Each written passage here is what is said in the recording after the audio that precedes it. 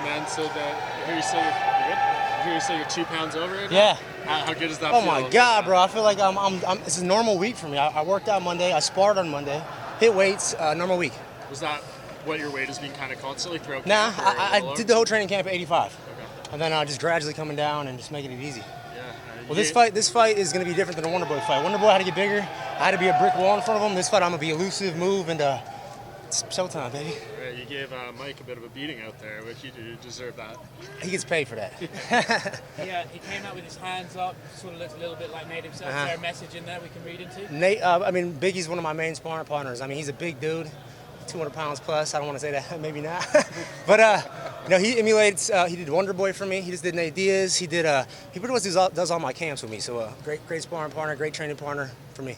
I think when people look at a way to beat Nate Diaz, there's the word leg kicks comes up and up again. Have you been thinking about that into this fight? Oh, yeah. I mean, it's not a secret. I'm a kicker. I'm gonna go out there and kick this guy until he falls down, and he's a puncher, so it's gonna be fun. Obviously, a lot's been made of this being a personal thing. I think Nate's kind of played that down, but is this serious? No, you know what? I'm not that dude, bro. Like he was talking mad shit a long time ago, 4 years ago. Now that I saw that he's toned it down, it is what it is. If we fight, we squash the shit. I'm good with it. It sounds like it was jealousy more than an actual problem. So I was waiting to hear what his real problem was. Watching the countdown show, he really didn't have nothing besides the Wheaties guy. So. In fact, he even went as far as say he actually thinks you're cooler than Khabib and cooler than Kamari. Yeah, weird as hell, but I. Is any of that maybe psychological games on his part? Not for me, bro. Wonder Boy, I consider him a cool ass dude, and now he's my friend. Okay. And we saw how that ended, so it doesn't really matter. I'm a professional. When I go out there and perform, that's what I'm here to do. I'm here to get my win and bounce out.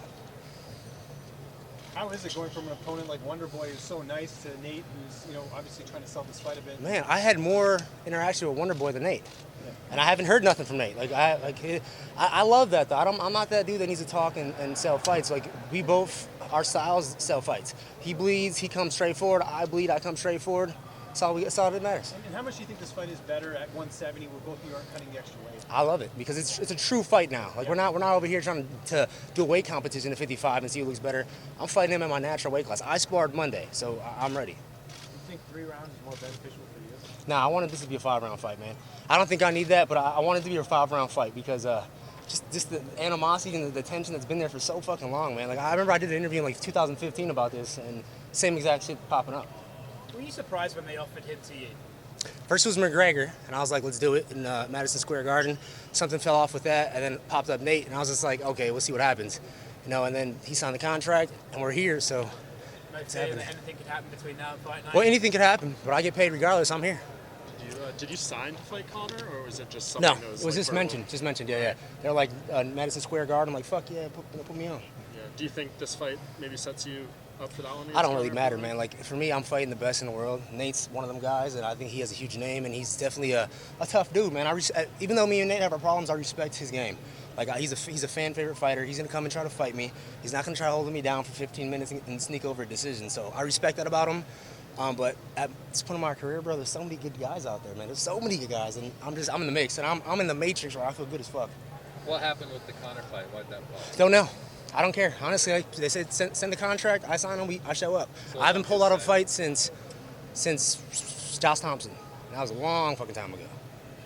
Are surprised it hasn't been more of an effort to get you two in the same room just because? No, I think they know what's up. It's just it's not really. It's only not me and him that had the beef. Obviously us, we were the ones that made it bigger, but it started with our boys, and I can't control my friends. He can't control his friends. It is what it is. How do you see the face-off going tomorrow? I don't. Same as always. It's my 32nd fight. Who cares? You look like you're brimming with energy now that this is the second time. Yeah. It's 170 from round. Well, I just found my body at 170, man. I feel the punching power I have at 170 in sparring. Then I was cutting down to 55, and I didn't have that same power. My hand kept breaking because I was fucking fragile out there, man. So now I feel like a machine again, like fucking just ready. Not to put a downer on it, but would you return to 155? Oh, yeah. I'll fight anybody. I'll go to 45 again. So in hindsight, do you wish you tried welterweight sooner?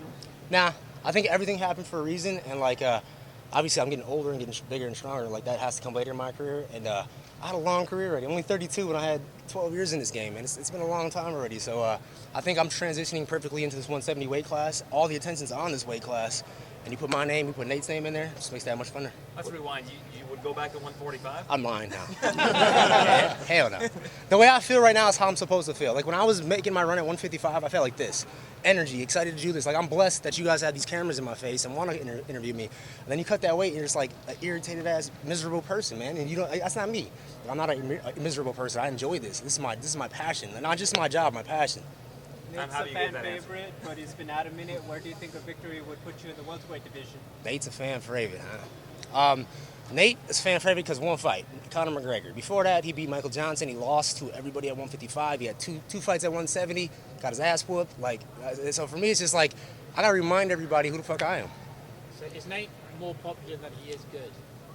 No, Nate's a fighter, bro. Like I would never say Nate's not a fighter. Nate comes out there and he bangs and he fights. There are holes in his game, and we have seen him exposed, and I doubt that he changes them holes. A lot of his finishes come from submissions, but obviously you're amazing on the ground as well. Is there any way that he can finish you? I think me and him have very similar styles where we hurt people on the feet and they get desperate and shoot on us, and that's how I have so many submissions off my back. I mess you up standing and then I hurt you on the feet. Same thing with him. Stockton slap, straight left. They shoot, guillotine, rear naked choke. So I've yet to been in trouble from a jiu-jitsu guy in the UFC. Oliveira, Gilbert Melendez, Ben Henderson. Never even been a submission attempt. I don't think I've ever been in a submission attempt in the UFC. So I'm excited to see it, man. Hopefully I get challenged. And obviously you just mentioned it is the main thing about this fight is avoiding that Stockton slap. No, bring that Stockton slap. We practiced it the whole fight. So I mean, the Stockton slap, it is a very good move, man. It's like a setup for his left hand. Like it's very practical. He catches guys with it, and it does piss you off. So it makes sense. How much do you play into the layoff of him not being in the cage in this fight? Do you think it'll impact him? I don't know, man. Like I think Nate's a fighter. You know, I don't think he's gonna matter about him. His heart ain't gonna change, but the sport does change. And I've been fighting the top best in the world the last 3 years. He hasn't. Yeah. Do you play into that though? Do you think like cage rust is a real thing? Nah, it's a fight, man. Like we're gonna go in there. It's 1-on-1, me versus him. He's gonna come fight. He's gonna bleed. He's gonna punch. He's gonna kick. It means it's a fight.